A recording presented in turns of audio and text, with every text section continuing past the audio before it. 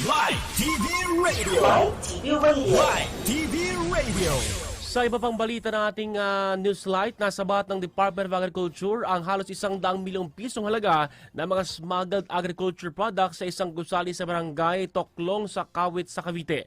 Ayon po sa tagapagsalita ng Agriculture Department na si Assistant Secretary Arnold de Mesa, umabot sa 10 cold storage facilities na galaman ng mga kahon-kahon ng mga frozen meat, isda at other o iba pang mga processed products ang kanilang naabutan.